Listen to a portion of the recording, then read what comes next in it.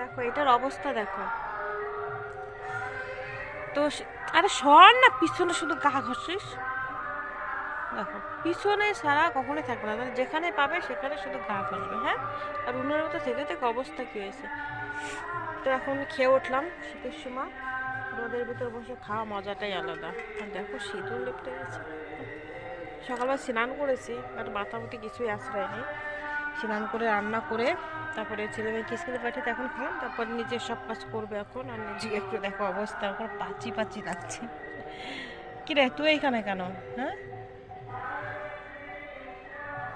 মিনু, মিনু আজকে খাবে না, কারণ আমি আজকে নিরামিষ খেয়েছি, তার জন্য খাবে না। ওকে দিলাম, ও খাবেই না।